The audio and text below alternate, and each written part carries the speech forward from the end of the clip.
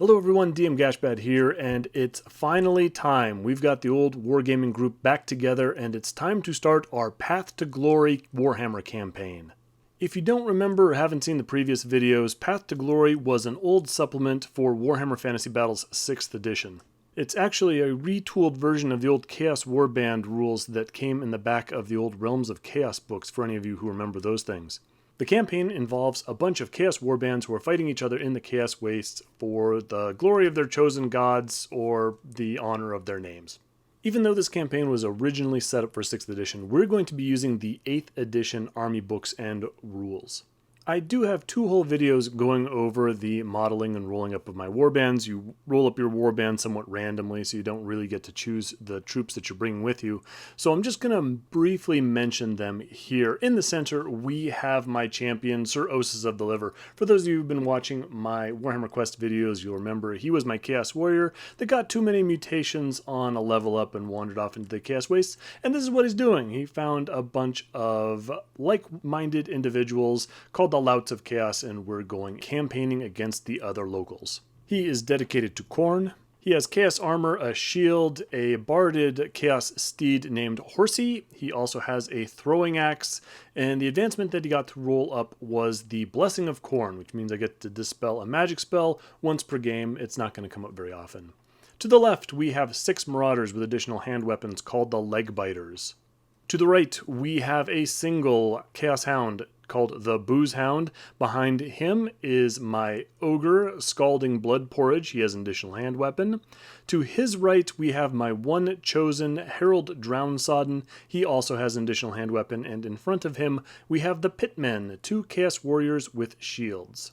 The way this campaign is going to work is there are 5 scenarios in the Path to Glory booklet, and we're going to go through each of those on each game day. So there's going to be a total of 6 game days. In each game day, we're going to go through the scenarios one at a time. So this first one, we're going to do the pitched battle, and each of us is going to play each other member of the Path to Glory group. So we're each going to play 3 pitched battles on this first round. The last round is going to be the multiplayer scenario, and after that the campaign is over. My opponent for this first game is going to be against a as yet unseen Nurgle warband. His champion is in the center there. He has got Chaos Armor, a great weapon, a barded Chaos Steed, Chaos Armor, shield. He's got +1 attack, so he's pretty mean in hand-to-hand combat. All the way on the left there is a single Plague Bearer, then we have a Troll, then we have 3 Chaos Warriors. 2 of them have great weapons and 1 of them has a flail, so a very compact, hard-hitting warband. Just as a refresher, Path to Glory is using the full 8th edition rules. Panic, break tests, all that kind of stuff. Combat resolution, magic.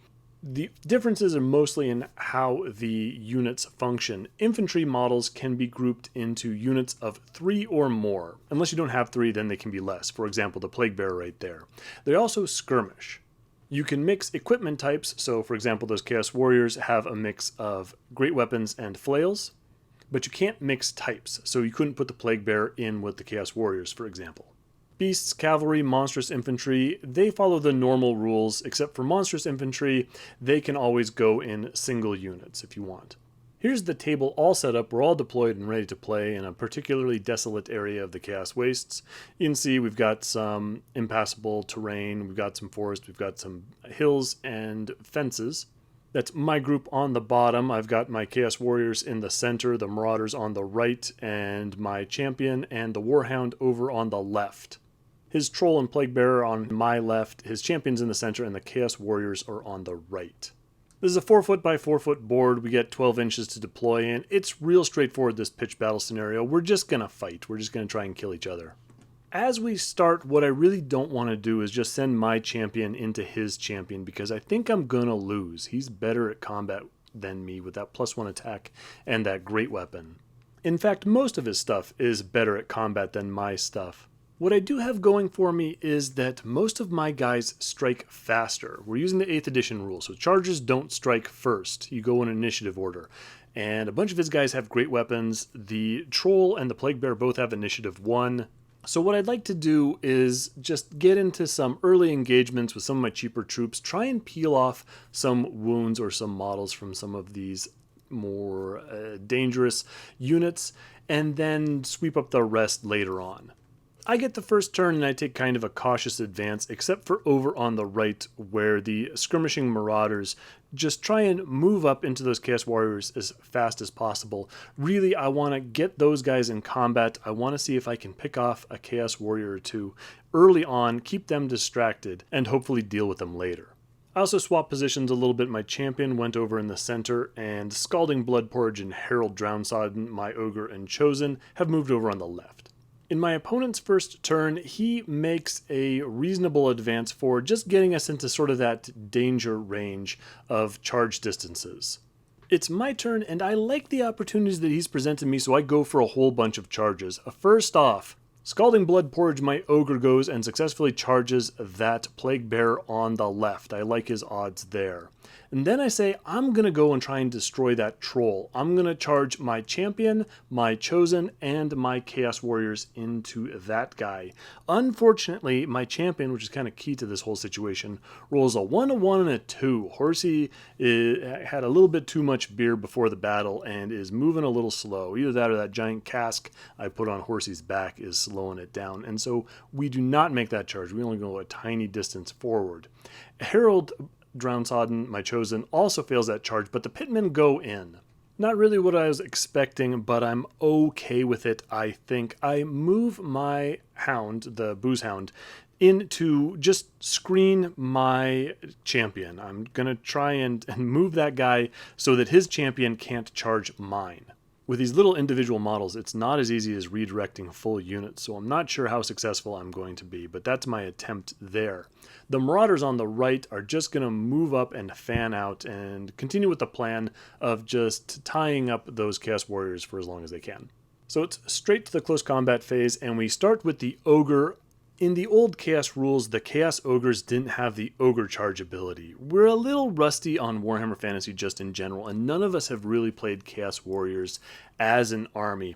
So we're kind of learning this stuff. So I didn't give the Ogre charge, but it turns out he didn't need it. He squishes the Plague Bearer no problem and reforms back towards where the action is going to happen in the center of the board.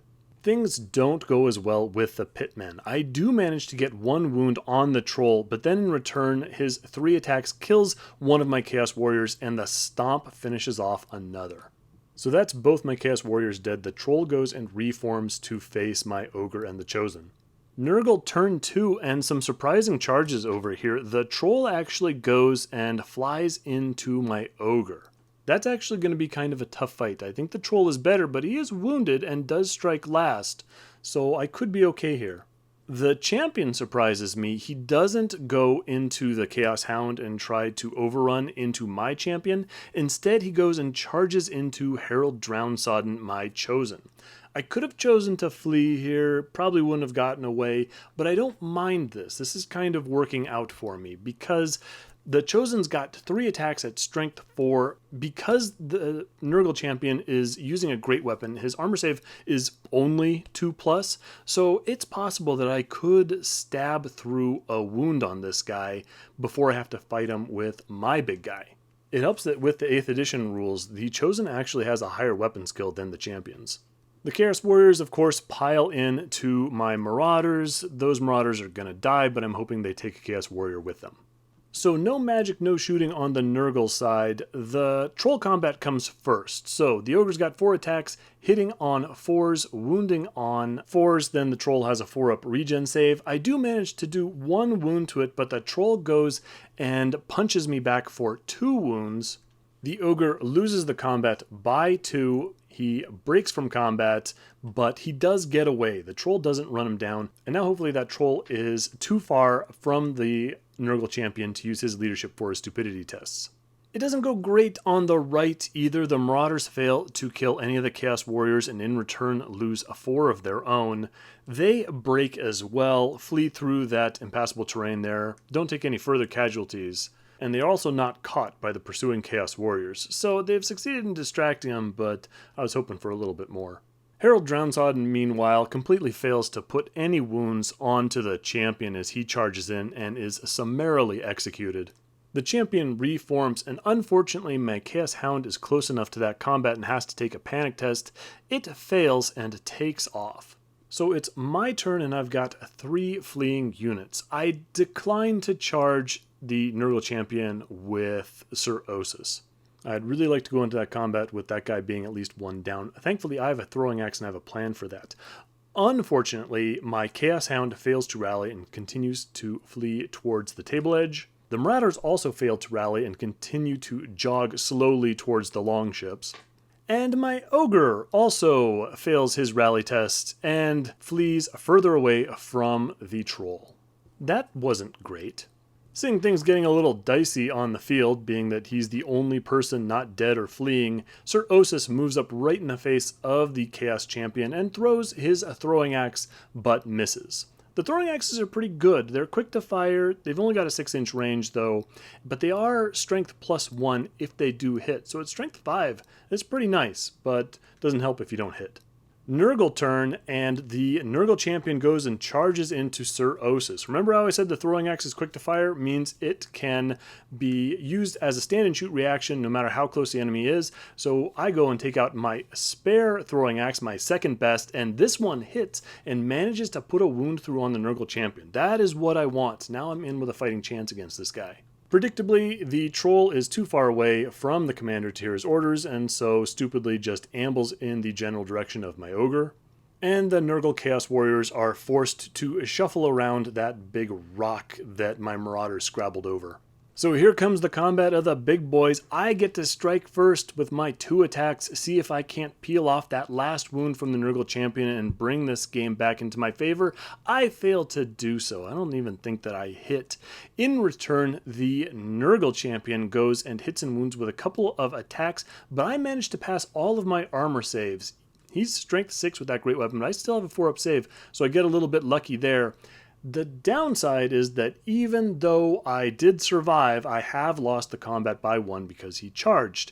I'm leadership 8, so I just need a 7 or less to stay, and I fail. Again, Horsey is too slow this game and rolls too low and is run down by the triumphant Nurgle champion.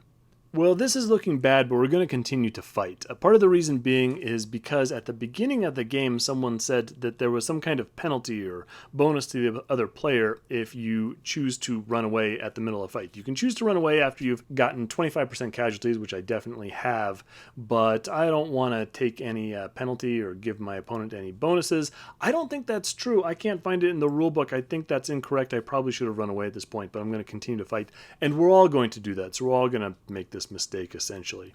Anyway, all my guys are running away, so we go straight to the rally phase. The Hound fails to rally and runs off the board, so that's the end for him. The Legbiters, my Marauders, also fail to rally and continue to trot towards that table edge, and my Ogre fails to rally. So again, second round in a row, all of my units fail to rally. We go on to the Nurgle player's turn. The Troll fails stupidity again and stumbles around. The Chaos Warriors are able to charge, and they chase the Legbiters off the table. The Champion goes and moves over to the left, over to the Troll and my last remaining unit, so that he can give some more intelligent orders to the big monster. My turn, and Scalding Blood Porridge is right at the table edge and manages to rally. So I almost would have preferred him to just go off the board at this point, but oh well. Makes that rally check, turns around, doesn't like what he sees. Nurgle turn, Troll comes in with the charge. Could be worse. I do have an opportunity to at least kill off this Troll, make him roll for the casualty check on him, but no, 4 attacks result in 0 wounds. The Troll also somehow doesn't cause any wounds to the Ogre, but again, I have lost the combat by 1 because of the charge. I fail my break test, and I go like the 2 inches to rejoin the rest of my crew, huddled in fear over somewhere by their campsite. So there you have it, quick violent game to start off the campaign. I don't think I did anything terribly wrong, not that I was trying anything terribly sophisticated, just trying to line up the correct unit against the right opposition. It looked okay from a distance, but I failed some charges, I failed a lot of leadership tests, and the latter half of the game was just me watching all my dudes run away. So Sir Osis needs to instill some discipline into the forces, which is a bummer because that is not his strong suit. Chances are he's just going to go back and suggest they drink either more or less. I'm not sure which. I only earn 2 favor points because I played in a battle, so that doesn't really do me much good. The Nurgle player is going to get a mighty 10. 2 because he played the battle, 2 because he won the battle, 2 because he defeated the enemy champion, 2 because he completely wiped out the opposing warband, and 2 because Nurgle gives you an extra 2 bonus points for defeating a model with 3 or more wounds. That would be a Scalding Blood Porridge who ran off. Just as an aside, Khorne has one of the worst bonus favor point conditions. I only get my extra 2 victory points if I kill an enemy wizard, which most of the warbands don't have, so for a lot of my games it's just going to be impossible from the very get-go. Oh well, this is the warband I chose. We're going to keep going with it. For earning that many favor points, the Nurgle champion does get an additional advancement roll, and he gets +1 toughness, I believe, which is pretty cool. But we do have to roll for casualties straight off. Unfortunately, we're going to start with Sir Osis, and I roll a double 1, which means that he is very, very dead. However, I do have some favor points in the bank that I can spend to alter this result.